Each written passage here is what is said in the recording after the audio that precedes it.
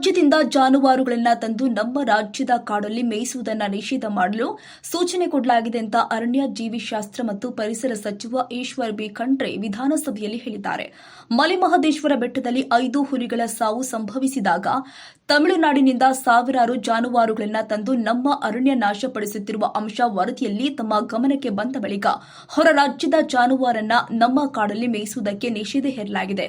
ನಮ್ಮ ರಾಜ್ಯದ ಕುರಿಗಾಹಿಗಳಿಗೆ ಯಾವುದೇ ತೊಂದರೆ ಕೊಡದಂತೆ ಅಧಿಕಾರಿಗಳಿಗೆ ಸೂಚನೆ ಕೊಡಲಾಗಿದೆ ಅಂತ ಸ್ಪಷ್ಟಪಡಿಸಿದ್ದಾರೆ.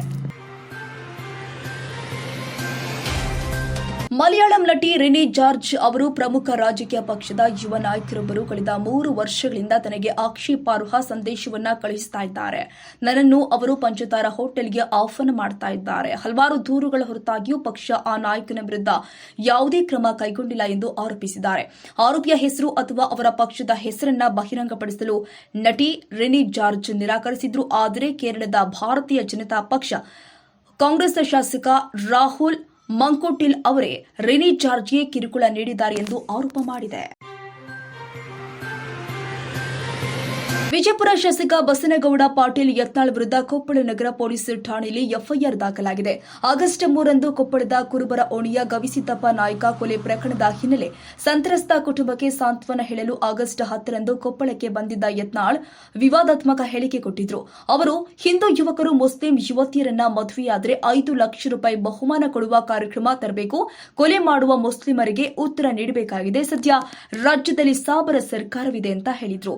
ಈ ಹೇಳಿಕೆ ಸಾಕಷ್ಟು ಚರ್ಚೆಗೆ ಕಾರಣವಾಗಿತ್ತು. ಈ ಹಿನ್ನೆಲೆ ಕೊಪ್ಪಳದ ಕುವೆಂಪು ನಗರದ ನಿವಾಸಿ ಅಬ್ದುಲ್ ಕಲಾಂ ದೂರು ದಾಖಲಿಸಿದ್ದು, ಯತ್ನಾಳ್ ಹೇಳಿಕೆ 2 ಧರ್ಮಗಳ ನಡುವೆ ದ್ವೇಷ ಸೃಷ್ಟಿಸುವಂತಿದೆ ಅಂತ ದೂರಿನಲ್ಲಿ ಉಲ್ಲೇಖ ಮಾಡಿದ್ರು.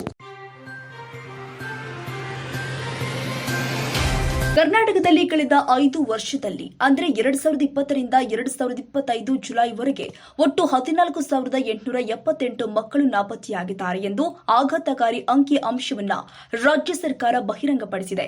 ಇದರಲ್ಲಿ 13,542 ಮಕ್ಕಳು ನಾಪತ್ತೆಯಾಗಿದ್ದು 1,336 ಮಕ್ಕಳು ಇನ್ನೂ ನಿಗೂಢವಾಗಿದ್ದಾರೆ ಎಂದು ಗೃಹ ಸಚಿವ ಡಾ ಜಿ ಪರಮೇಶ್ವರ್ ಮಾಹಿತಿ ಕೊಟ್ಟಿದ್ದಾರೆ. ನಾಪತ್ತೆಯಾದ ಮಕ್ಕಳ ವಿವರ ನೋಡುವುದಾದರೆ ಒಟ್ಟು ಪ್ರಕರಣಗಳು 14,878, ಪತ್ತೆಯಾದವರು 13,542, ಇನ್ನೂ ಕಾಣೆಯಾಗಿರುವವರು 1,336 ಎಂದು ಮಾಹಿತಿ ಬಹಿರಂಗಪಡಿಸಿದೆ. ಗೌರಿ ಗಣೇಶ ಈದ್ ಮಿಲಾದ್ ಹಬ್ಬದ ಹಿನ್ನೆಲೆ ಖಾಕಿ ಹದ್ದಿನ ಕಣ್ಣಿಟ್ಟಿದೆ. ಬೆಂಗಳೂರಲ್ಲಿ ಪ್ರತಿ ಪೊಲೀಸ್ ಠಾಣಾ ವ್ಯಾಪ್ತಿಯಲ್ಲಿ ಸರಣಿ ಶಾಂತಿ ಸಭೆ ನಡೆಸಲಾಗ್ತಾ ಇದೆ. ಹಬ್ಬಗಳ ಆಯೋಜಕರು 2 ಕೋಮುಗಳ ಮುಖಂಡರ ಜೊತೆ ಸಭೆ ಮಾಡಲಾಗ್ತಾ ಇದ್ದು, ಗಣೇಶೋತ್ಸವ, ಈದ್ ಮಿಲಾದ್ ಆಚರಣೆ ನಿಯಮಗಳ ಪಾಲನೆಗೆ ಸೂಚನೆ ಕೊಡಲಾಗಿದೆ. ಉತ್ಸವಗಳು, ಮೆರವಣಿಗೆಗಳಿಗೆ ನಿಗದಿತ ರಸ್ತೆಗಳನ್ನು ಸೂಚಿಸಲಾಗಿದ್ದು, ಭದ್ರತಾ ದೃಷ್ಟಿಯಿಂದ ಆ ನಿಗದಿತ ರಸ್ತೆಯಲ್ಲಿ ಸಿಸಿಟಿವಿಗಳ ಅಳವಡಿಕೆಗೆ ಸೂಚನೆ ಕೊಡಲಾಗಿದೆ. ಮೆರವಣಿಗೆ ವೇಳೆ ಕೋಮು ಭಾವನೆ ಕೆರಳಿಸುವ ಘೋಷಣೆಗಳನ್ನು ಕೂಗಬಾರದು, ಬ್ಯಾನರ್, ಫ್ಲೆಕ್ಸ್ಗಳನ್ನು ಅನುಮತಿ ಪಡೆಯಬೇಕು ಅಂತ ಪೊಲೀಸ್ ಕಮಿಷನರ್ ಸೀಮಂತ್ ಕುಮಾರ್ ಸಿಂಗ್ ಸೂಚನೆ ಕೊಟ್ಟಿದ್ದಾರೆ. ಶ್ರೀ ಕ್ಷೇತ್ರ ಧರ್ಮಸ್ಥಳ ಇತ್ತೀಚಿನ ದಿನದಲ್ಲಿ ಹೆಚ್ಚು ಸದ್ದು ಸುದ್ದಿಯಲ್ಲಿದೆ.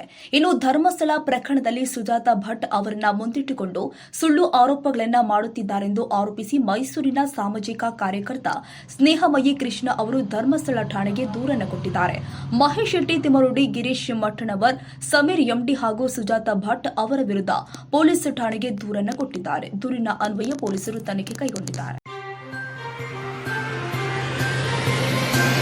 ಗ್ರೇಟರ್ ಬೆಂಗಳೂರು ಆಡಳಿತ ತಿದ್ದುಪಡಿ ವಿಧೇಯಕ 2025ಕ್ಕೆ ವಿಧಾನ ಪರಿಷತ್ನಲ್ಲಿ ಗುರುವಾರ ಅಂಗೀಕಾರ ದೊರೆಯಿತು. ವಿಧಾನಸಭೆಯಲ್ಲಿ ಅಂಗೀಕೃತ ಸ್ವರೂಪದಲ್ಲಿ ಇರುವಂತಹ ಗ್ರೇಟರ್ ಬೆಂಗಳೂರು ಆಡಳಿತ ತಿದ್ದುಪಡಿ ವಿಧೇಯಕ 2025 ಬೆಂಗಳೂರು ನಗರಾಭಿವೃದ್ಧಿ ಸಚಿವ ಹಾಗೂ ಡಿಸಿಎಂ ಡಿಕೆ ಶಿವಕುಮಾರ್ ಅವರು ಮೇಲ್ಮನೆಯಲ್ಲಿ ಮಂಡಿಸಿದ್ರು. ಅಲ್ಪ ಚರ್ಚೆ ಬಳಿಕ ಅನುಮೋದನೆ ನೀಡಲಾಗಿದೆ. ಇನ್ನು ತಿದ್ದುಪಡಿ ವಿಧೇಯಕದ ಪ್ರಸ್ತಾವನೆ ವೇಳೆ ಮಾತನಾಡಿದ ಡಿಕೆಶಿ, ಈ ವಿಧೇಯಕದಲ್ಲಿ ಗ್ರೇಟರ್ ಬೆಂಗಳೂರು ಪ್ರಾಧಿಕಾರವು ಸಂವಿಧಾನದ 74ನೇ ತಿದ್ದುಪಡಿ ಅಡಿಯಲ್ಲಿ ಬರುವ ಪಾಲಿಕೆಗಳ ವಿಚಾರದಲ್ಲಿ ಹಸ್ತಕ್ಷೇಪ ಮಾಡುವುದಿಲ್ಲ ಎಂಬ ಅಂಶವನ್ನು ಸ್ಪಷ್ಟಪಡಿಸಲಾಗಿದೆ. ಭವಿಷ್ಯದಲ್ಲಿ ಯಾವುದೇ ಗೊಂದಲಕ್ಕೆ ಅವಕಾಶ ಕೊಡಬಾರದು ಎಂಬ ಉದ್ದೇಶದಿಂದಾಗಿ ಈ ತಿದ್ದುಪಡಿಯಲ್ಲಿ ಜಿಬಿಎ ಪಾಲಿಕೆಗಳ ಆಡಳಿತದಲ್ಲಿ ಹಸ್ತಕ್ಷೇಪ ಮಾಡುವುದಿಲ್ಲ ಎಂಬ ಸ್ಪಷ್ಟನೆ ನೀಡಲಾಗಿದೆ ಎಂದಿದ್ದಾರೆ. ಮಂತ್ರಾಲಯ ಮಂತ್ರಾಲಯದ ಶ್ರೀ ರಾಘವೇಂದ್ರ ಸ್ವಾಮಿಗಳ ಮಠದಲ್ಲಿ ಹುಂಡಿ ತೆರೆದು ಕಾಣಿಕೆಯಾಗಿ ಬಂದಂತಹ ಹಣ, ಚಿನ್ನ ಹಾಗೂ ಬೆಳ್ಳಿ ಎಣಿಸಲಾಗಿದೆ. ಕಲಿಯುಗದ ಕಾಮಧೇನು ಮಂತ್ರಾಲಯದ ಶ್ರೀ ರಾಘವೇಂದ್ರ ಸ್ವಾಮಿ ಮಠದಲ್ಲಿ ಕಳೆದ 22 ದಿನಗಳ ಹುಂಡಿ ಎಣಿಕೆ ಮುಕ್ತಾಯವಾಗಿದೆ. ಭಕ್ತರಿಂದ 3.35 ಕೋಟಿ ರೂಪಾಯಿ ಕಾಣಿಕೆ ಸಂಗ್ರಹವಾಗಿದೆ. ಆಗಸ್ಟ್ ತಿಂಗಳಲ್ಲಿ ಮಂತ್ರಾಲಯ ಮಠಕ್ಕೆ ಕೋಟ್ಯಾಂತರ ರೂಪಾಯಿ ಕಾಣಿಕೆ ಹರಿದು ಬಂದಿದ್ದು, ಸಂಗ್ರಹವಾದ ಕಾಣಿಕೆಯಲ್ಲಿ 3,24,52,256 ರೂಪಾಯಿ ನೋಟುಗಳು ಇವೆ ಎಂದು ಹೇಳಲಾಗುತ್ತಿದೆ. ಬಹುನಿರೀಕ್ಷಿತ ಏಷ್ಯಾ ಕಪ್ ಟಿ20 ಟೂರ್ನಿಯು ಸೆಪ್ಟೆಂಬರ್ 9ರಿಂದ ಶುರುವಾಗಲಿದೆ. ಯುಎಇನಲ್ಲಿ ನಡೆಯಲಿರುವ ಈ ಟೂರ್ನಿಯಲ್ಲಿ ಒಟ್ಟು 8 ತಂಡಗಳು ಕಣಕ್ಕಿಳಿಯಲಿವೆ. ಈ ತಂಡದಲ್ಲಿ 3 ಟೀಮ್ಗಳ ಘೋಷಣೆಯಾಗಿದೆ. ಅದರಂತೆ ಈ ಬಾರಿಯ ಏಷ್ಯಾ ಕಪ್ನಲ್ಲಿ ಭಾರತ, ಪಾಕಿಸ್ತಾನ, ಅಫ್ಘಾನಿಸ್ತಾನ ತಂಡಗಳು ಕಣಕ್ಕೆ ಇಳಿಯಲಿದೆ ಎಂದು ವರದಿ ಹೇಳ್ತಾ ಇದೆ. ಇನ್ನು ಸದ್ಯ ಭಾರತ, ಅಫ್ಘಾನಿಸ್ತಾನ ಹಾಗೂ ಪಾಕಿಸ್ತಾನಗಳನ್ನ ಪ್ರಕಟ ಮಾಡಲಾಗಿದೆ. ಇನ್ನು ಬಾಂಗ್ಲಾದೇಶ್, ಓಮನ್, ಹಾಂಗ್ಕಾಂಗ್, ಶ್ರೀಲಂಕಾ ಹಾಗೂ ಯುಎಇ ತಂಡಗಳ ಘೋಷಣೆಯಾಗಬೇಕಾಗಿದೆ. ಈ 5 ತಂಡವನ್ನ ಇದೇ ವಾರ ಪ್ರಕಟಿಸುವ ಸಾಧ್ಯತೆ ಇದ್ದು, ಈ ಮೂಲಕ ಏಷ್ಯಾ ಕಪ್ಗಾಗಿ ಭರ್ಜರಿ ತಯಾರಿಗಳನ್ನ ಮಾಡಿಕೊಳ್ಳಲಾಗ್ತಾ ಇದೆ. ವಿಶ್ವದಲ್ಲಿ ವಿಜ್ಞಾನ ಅದ್ಭುತ ಪ್ರಗತಿ ಸಾಧಿಸಿ ದೇವರೇ ಅಚ್ಚರಿ ಪಡುವಷ್ಟು ಶಕ್ತಿಶಾಲಿಯಾಗಿ ಬೆಳೆದಿದೆ. ಮೊನ್ನೆಯಷ್ಟೇ ಗಗನಯಾನಿಗಳು ಅಂತರಿಕ್ಷದಲ್ಲಿ ಬೀಜ ಮೊಳಕೆಯೊಡೆಯುವುದನ್ನು ಪ್ರಯೋಗ ಮಾಡಿದ್ದು ಗೊತ್ತೇ ಇದೆ. ಇದೀಗ ಚೀನಾದ ವಿಜ್ಞಾನಿಗಳು ಹೊಸ ಆವಿಷ್ಕಾರಕ್ಕೆ ಕೈ ಹಾಕಿದ್ದಾರೆ. ಪುರುಷನ ಸಂಪರ್ಕವಿಲ್ಲದೆ ಐವಿಎಫ್ ಮೂಲಕ ಸಂತಾನೋತ್ಪತ್ತಿ ಸಾಧಿಸಿದ ವಿಜ್ಞಾನಿಗಳಿಗೆ ಈಗ ತಾಯಂದಿರ ಅಗತ್ಯವೇ ಇಲ್ಲದೆ ಮಗು ಹುಟ್ಟಿಸಲು ಮುಂದಾಗಿದ್ದಾರೆ. ಇನ್ನು ಮುಂದೆ ತಾಯಂದಿರಿಂದ ಅಲ್ಲ, ಬದಲಾಗಿ ಯಂತ್ರಗಳಿಂದ ಜನಿಸುವ ಜಗತ್ತು ಕಲ್ಪಿಸಿಕೊಳ್ಳಿ. ಚೀನಿ ವಿಜ್ಞಾನಿಗಳು ಮಹಿಳೆಯ ಸಹಾಯವಿಲ್ಲದೆ ಗರ್ಭಧಾರಣೆಯ ರೋಬೋಟ್ ಆವಿಷ್ಕಾರಕ್ಕೆ ಮುಂದಾಗಿದ್ದಾರೆ. ವಿಜ್ಞಾನಿ ಡಾಕ್ಟರ್ ಜಾಂಗ್ ಕಿಫೆಂಗ್ ನೇತೃತ್ವದ ಗುವಾಂಗ್ಝೌ ಮೂಲದ ಕೈವಾ ಟೆಕ್ನಾಲಜಿ ಇಂತಹದೊಂದು ಯೋಜನೆಗೆ ಕೈ ಹಾಕಿದೆ.